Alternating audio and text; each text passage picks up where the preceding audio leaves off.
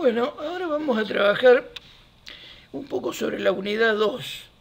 Les voy a subir esta clase en formato de video porque fue muy difícil para mí poder conectarme porque fallaba Wi-Fi el día jueves, así que bueno, les pido disculpas y bueno, los contenidos, al menos una parte de los contenidos que vamos a trabajar, se los estoy enviando aquí.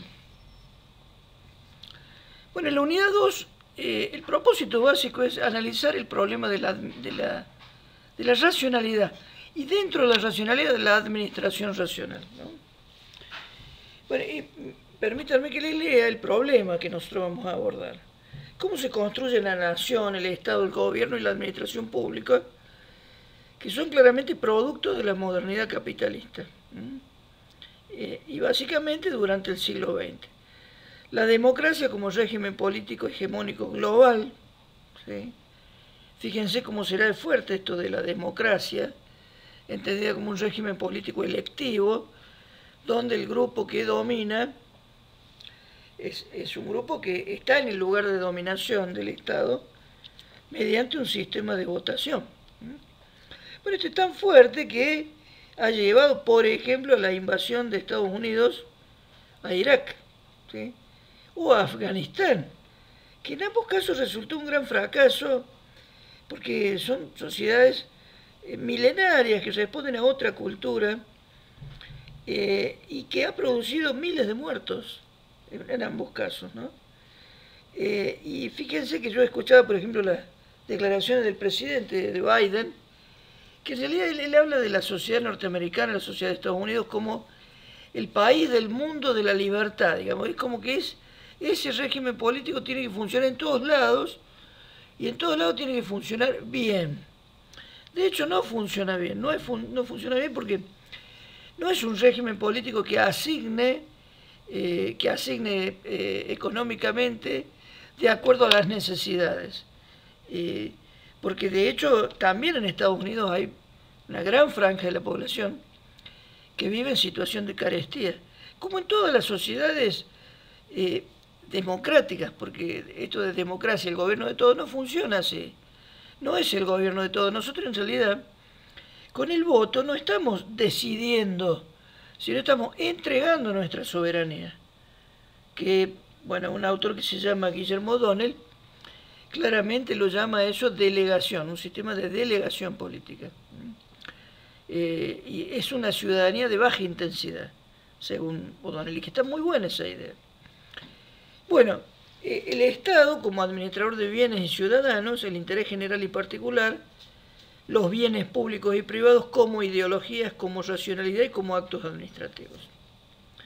Bueno, vamos a ir conversando un poco sobre esos temas. Vamos a conversar a partir de distintos autores que trabajamos nosotros, ¿no? Bueno, aquí los contenidos tenemos, por un lado, el recorrido de la racionalidad estatal desde la dicotomía política-administración. Es un tema muy clásico en los estudios de administración pública, que es esa dicotomía política-administración, que es, bueno, que hay como dos formas de pensar distinto en el campo de la política y en el campo de la administración. En el campo de la política lo que interesa es básicamente la obtención de un consenso poblacional, mientras que la administración es el reino, digamos, del deber ser, del deber hacer. Se hace lo correcto, no lo que genere consenso. Bueno, dice, vamos a estudiar desde esa dicotomía hasta la crítica sobre la administración del tiempo, que eso tiene que ver con un autor muy actual que se llama Michel Postone, que ya lo vamos a ver, y sobre el fetichismo de las mercancías, ¿no? Bueno, la naturalización de la cultura capitalista en la tradición política y académica, la hegemonía política de Estados Unidos después de la Segunda Guerra Mundial, y su influencia en una omnicomprensión jurídica y una cosmovisión ahistórica dominante sobre los estados. Que eso se ve, digamos, en la gran mayoría de los textos que uno observa, digamos, básicamente la comprensión sobre los estados es ahistórica. Es poco lo que se trabaja sobre poder entender a partir de la historia. No es que nosotros en la Argentina tengamos grandes autores o una cantidad de textos impresionantes para poder entender nuestra historia del Estado argentino. No es así. Sin embargo, vamos a ver un texto muy lindo que se llama Historia del Pueblo Argentino, ya se los voy a mencionar. Bueno, esto de la desmagificación de Dios y el desencantamiento del mundo, que fueron dos propuestas de Max Weber impresionantes, muy fuertes para entender esto de la racionalidad moderna, ¿no? La secularización del poder, que es un aporte de Giacomo Manramao, que es otro autor que vamos a ver, y también vamos a ver Foucault, aunque no lo tenemos como texto, pero yo le voy a hacer algunos comentarios. Bueno, las tareas de la administración pública para reproducir el desencantamiento y la secularización como núcleo duro de la racionalidad político-estatal en todas las políticas públicas. La ciencia, la técnica y los procedimientos administrativos consagrados, porque hay algunos procedimientos administrativos que son básicos para organizar una sociedad. Por ejemplo, la existencia de un documento, que todas las personas tengan un documento. Eso es como un procedimiento administrativo fundante. Para que las personas estemos incluidas en una sociedad tenemos que tener un documento. Si uno no tiene documento, es un indocumentado, o bien es un inmigrante ilegal, o es de algún sector marginal muy pobre que nunca hizo el documento. O sea, eso ya marca una diferencia, ¿no? Bueno, ese es el núcleo duro de la racionalidad burocrática. Bueno, esto sería la fundamentación de que en el neoliberalismo, en realidad es una evolución y profundización del capitalismo. Se ha naturalizado el capitalismo. Pero también de la democracia, su profunda ambigüedad, y de los estados y su administración pública. Que esto tiene que ver con una homogeneización global, que las administraciones públicas de todo el mundo se están pareciendo cada vez más. En Latinoamérica hay una lenta desaparición de visiones críticas de los estados y sus administraciones públicas. El retiro de la antropología, la sociología, la historia, el psicoanálisis como contenidos de la filosofía política dominante, porque ya no lo contienen a estas disciplinas, ¿no? Y su actual lugar de resistencia hacia una cosmovisión pragmático-liberal. La nueva época del individualismo metodológico se expresa en el neoinstitucionalismo, la elección pública, la nueva gestión pública, que son orientaciones actuales como doctrinas dominantes para entender la administración pública. Hay una cosmovisión jurídica de contenido procedimental y prescriptivo. Bueno, de los grandes pensadores que problematizaron el mundo jurídico como Hans Kelsen y Norberto Bobbio, se ha evolucionado al reduccionismo actual expresado en el pragmatismo jurídico. El interés de la obra de Weber, Marx, Bobbio, Foucault y Manramao se basa en su comprensión no dogmática de los estados contemporáneos y sus administraciones públicas. Los efectos de la racionalidad continúan siendo las interrogaciones principales para develar la aceptación acrítica del capitalismo global, su expansión y su profundización. Pero esto es muy importante. O sea, entender cómo se ha expandido en el mundo la racionalidad. Sobre todo la racionalidad administrativa, la racionalidad burocrática, la racionalidad científica, la racionalidad instrumental, como bien lo llamaron Horkheimer y Adorno en la Escuela de Frankfurt, ¿no? La racionalidad instrumental. Dice, la administración pública es el custodio de la racionalidad contemporánea, su exégeta, su bitácora y su inagotable biblioteca. Bueno, acá tenemos la bibliografía básica de Norberto Bobbio, Giacomo Manramao, Michel Postone, Marcel Gauchet. No se preocupen, que no es que esta bibliografía básica va a ser obligatoria ahora con este tema del trabajo virtual. En general yo siempre estoy eligiendo un texto obligatorio, que en este caso va a ser el de Bobbio, que es de la página 257 a la 285, es breve, Estado y Poder en Max Weber. Bueno, en la bibliografía de consulta tenemos un libro de Schluter, que es excelente, el desencantamiento del mundo, uno de Frederick Jameson, otro de Laval y Dardot, uno de Marshall Berman, de Horkheimer, bueno, un clásico, la crítica de la razón instrumental, y de Pierre Clastre, La sociedad contra el Estado. Y el que yo les decía que vamos a trabajar algo de historia de nuestro país, es el libro de Milcíades Peña, Historia del Pueblo Argentino. Vamos a trabajar nada más que un capítulo. Bueno, mi objetivo es que esta unidad la podamos ver en 2 o 3 encuentros, ¿no? Yo estoy calculando más o menos los encuentros que vamos a tener hasta fin de año. Son nada más que 4 unidades, así que, bueno, si podemos hacer en 3 encuentros, a lo sumo en 4 encuentros, cada una de las unidades, yo creo que vamos a andar bien. Tenemos lo que falta del mes, bueno, la semana de la primavera, la semana de septiembre desde el 21 no la vamos a tener disponible, pero tenemos, bueno, esta semana y creo que 2 más. Y después nos queda octubre, que son 4 semanas, y creo que una semana de noviembre. Bueno, entrando en tema ya con Estado y Poder en Max Weber, el texto de Norberto Bobbio. Aquí lo tienen ustedes, este es el libro, una de las ediciones, porque ha tenido varias ediciones este libro, un libro extraordinario. Lo otro que yo les quiero comentar es que la bibliografía básica ustedes la tienen toda, absolutamente toda, en formato electrónico, que eso yo creo que es muy, muy importante, muy importante. Bueno, dice Bobbio, la definición weberiana de Estado no solo es formal, sino también realista, justamente en la medida en que no es jurídica, sino histórica y sociológica, ¿sí? O sea, Weber lo que se preocupa es hacer un análisis histórico y sociológico del Estado. Bueno, ¿qué es para Weber esto? Dice, el poder político se define a través de la capacidad que tiene en exclusiva de alcanzar sus fines, cualesquiera que sean los fines del Estado, mediante el recurso, en última instancia, al uso de la fuerza física. Lo que, a diferencia de todos los demás individuos o grupos que habitan el mismo territorio, les resulta posible porque monopoliza, porque justamente esa frase tan famosa de Weber, que tiene el monopolio de la fuerza legítima, ¿sí? Y ese es un modo de definir al Estado mediante el análisis histórico. Bueno, y ustedes dicen, ¿dónde está? Y bueno, está en la policía, las Fuerzas Armadas, la Gendarmería. Y ese es un modo de definir al Estado mediante el análisis histórico del proceso a través del cual se ha ido formando la concentración de poder característica de los grandes estados territoriales y mediante el análisis de las transformaciones sociales que han hecho posible dicha concentración. O sea, ¿por qué, digamos, una organización como el Estado concentra el monopolio en el uso legítimo del poder? ¿Por qué?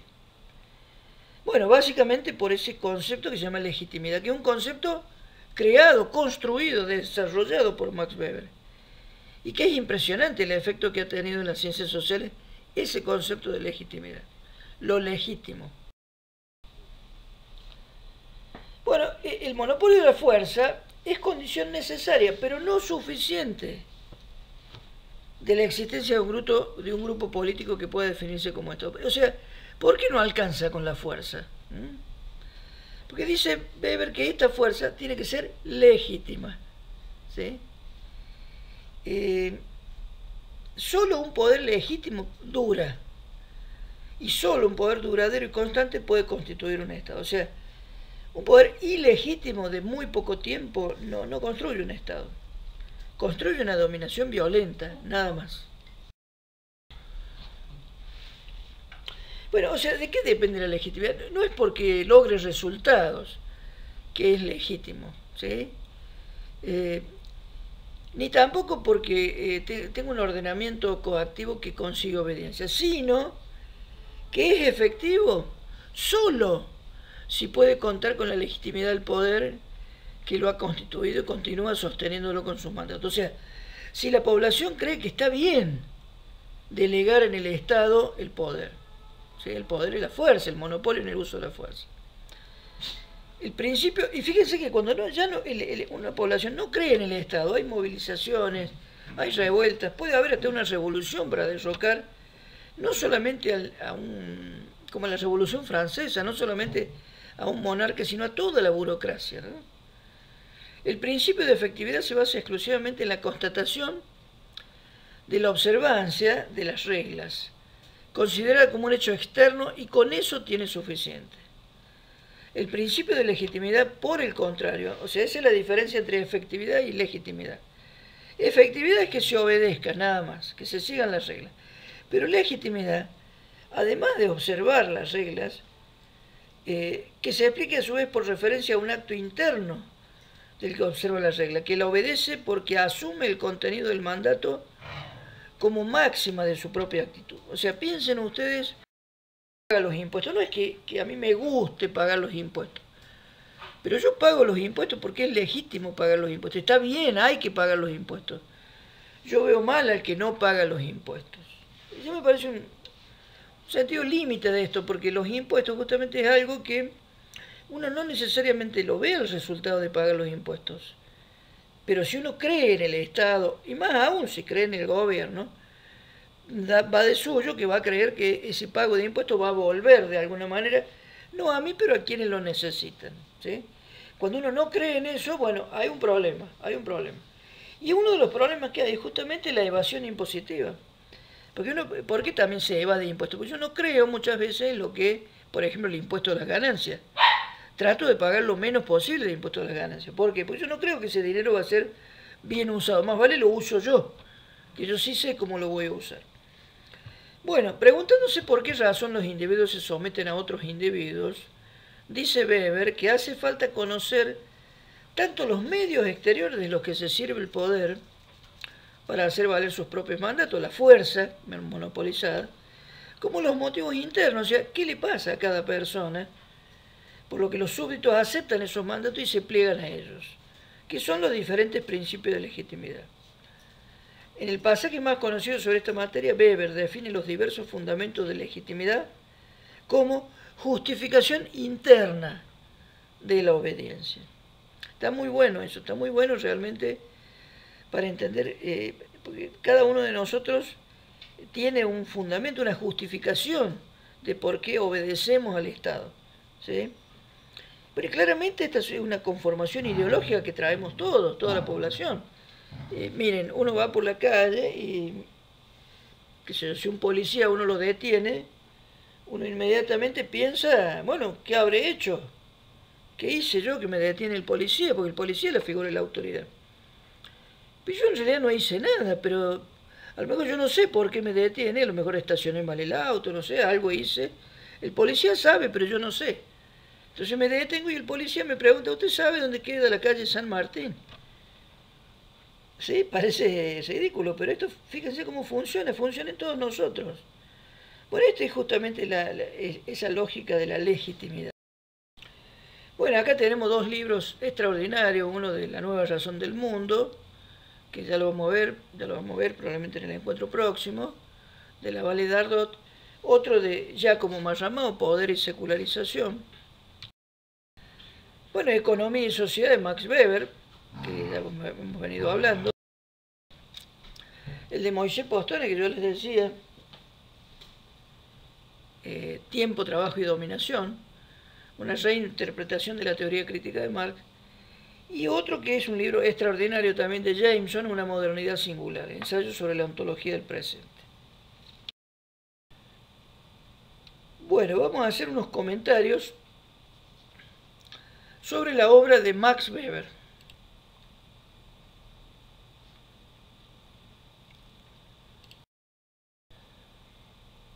Bueno, aquí yo sobre esta obra quisiera hacerle un par de comentarios.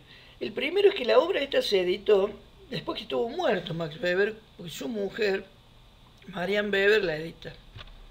Que son distintos escritos, algunos publicados, otros no, algunos incluso en forma manuscrita, o sea, sin tipear, que Marianne Weber tenía de la obra de Weber. Y es una obra gigantesca, incluso algunas cosas se repiten por ahí, porque bueno, responde a ese criterio de haber juntado distintos trabajos, ¿no?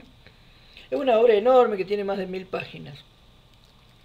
Bueno, el hecho de que el fundamento de la legitimidad de esta forma de dominación no sea una mera cuestión de especulación teórica o filosófica, sino que de origen a diferencia real entre las distintas estructuras empíricas de las formas de dominación, se debe a ese hecho general inherente a toda forma de dominación e inclusive a toda probabilidad de la vida, la autojustificación. O sea, ¿por qué justifico yo que obedezco? justifico.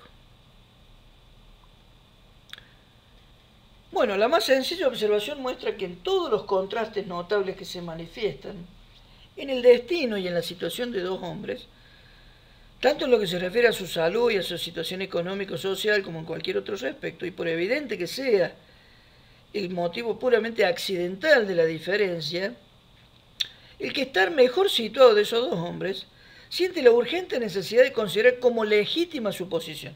Es legítimo que yo tenga más dinero que vos, que a mí me haya ido bien y a vos mal. ¿Por qué es legítimo? Porque yo trabajo más que vos, soy más inteligente, tengo más voluntad, ¿sí?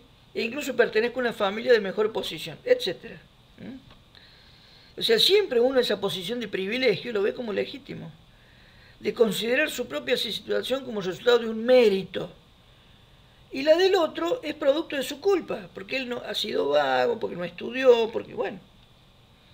Está muy buena esa observación, porque efectivamente, bueno, este es un análisis ideológico. Fíjense que uno de los análisis más fuertes, digamos, que hace Max Weber es sobre la ideología capitalista, un trabajo extraordinario. Bueno, dice, la leyenda de todo grupo privilegiado es su superioridad natural, y si cabe, su superioridad sanguínea. Esto es así, efectivamente. O sea, ¿por qué nosotros, digamos, los que no pertenecemos a la clase dominante, no hemos logrado lo que ha logrado la clase dominante, ser dueños de empresas, ser presidentes, gobernadores, intendentes, diputados, senadores, ser empresarios? Digo, ¿por qué nosotros que somos trabajadores o pobres no hemos logrado decir? Bueno, porque ellos tienen una superioridad. Hay algo que es del orden de la naturaleza, yo lo veo como natural. No responde a un orden de una estructuración de la sociedad por la cual los que pertenecen a la clase dominante no es porque tengan nada en particular, sino porque básicamente lo que ellos hacen es mantener el orden existente. Mientras que nosotros, los trabajadores, los pobres, no tenemos garantía de que vamos a mantener el orden existente. El sistema jurídico, el sistema de dominación actual. Probablemente, si nosotros tuviéramos la clase gobernante, tendríamos que adoptar la misma actitud de los que están ahora y mantener todo igual. Pero aún así no somos muy confiables. Por eso es mejor que la clase dominante sea la que se encargue de gestionar el Estado. Bueno, ahora vamos a ver dos o tres cositas de Marcel Goyet, un autor extraordinario.